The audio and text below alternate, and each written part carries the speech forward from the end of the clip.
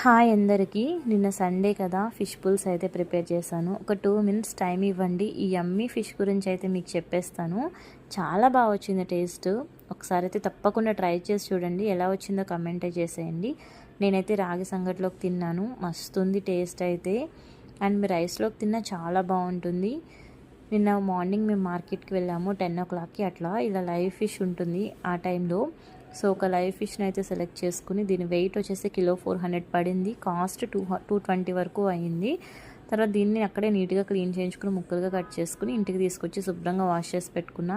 ఇప్పుడు ఒక గిన్నె తీసుకుని అది హీట్ అయిన తర్వాత కొంచెం ఆయిల్ ఎక్కువ వేసుకుని కరివేపాకు, పచ్చిమిర్చిని చీలికలుగా కట్ చేసి వేసుకుని అవి ఫ్రై అయిన తర్వాత ఒక 4 ఆనియన్ని చిన్నగా కట్ చేసి వేసుకోండి. అది కూడా ఫ్రై అవుతున్నప్పుడు అల్లం వెల్లుల్లి పేస్ట్ ఫ్రెష్గా నూరింది అదైతే వేసుకుని చక్కగా ఆయిల్లో ఫ్రై చేసుకోవాలి.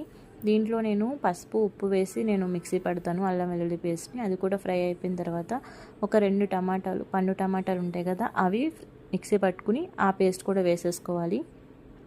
ఇప్పుడు ఆయిల్ అనేది మనకి పైకి వస్తుంది. ఈ ఫ్రై అవుతున్న టమాటా ప్యూరీలో ఇప్పుడు మనం మెంతి, జీలకర్ర పొడి కలిపి వేసుకోవాలి. తర్వాత ఒక స్పూన్ ధనియాల పొడి. ఇది కూడా 2 మినిట్స్ ఫ్రై అయిన తర్వాత చింతపండు పులుసు అనేది మంచిగా వేసుకోవాలి.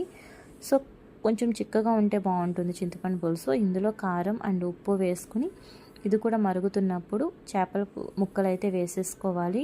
ఇవి ఇలా ఒకదాని మీద ఒకటి కాకుండా అక్కడక్కడ అలా వేసుకుని మూత పెట్టేసుకుంటే అవే ఉడికిపోతూ ఉంటాయి. సో ఇలా ఉడుకుతుంది, చూసారా ఎంత బాగుందో. సో చింతపండు పులుసు మీకు వాటర్ తక్కువైంది అనుకుంటే అదే చింతపండులో మళ్ళీ వాటర్ వేసుకుని ముక్కలు మునిగేంత వరకు అయితే పులుసు ఉండాలి.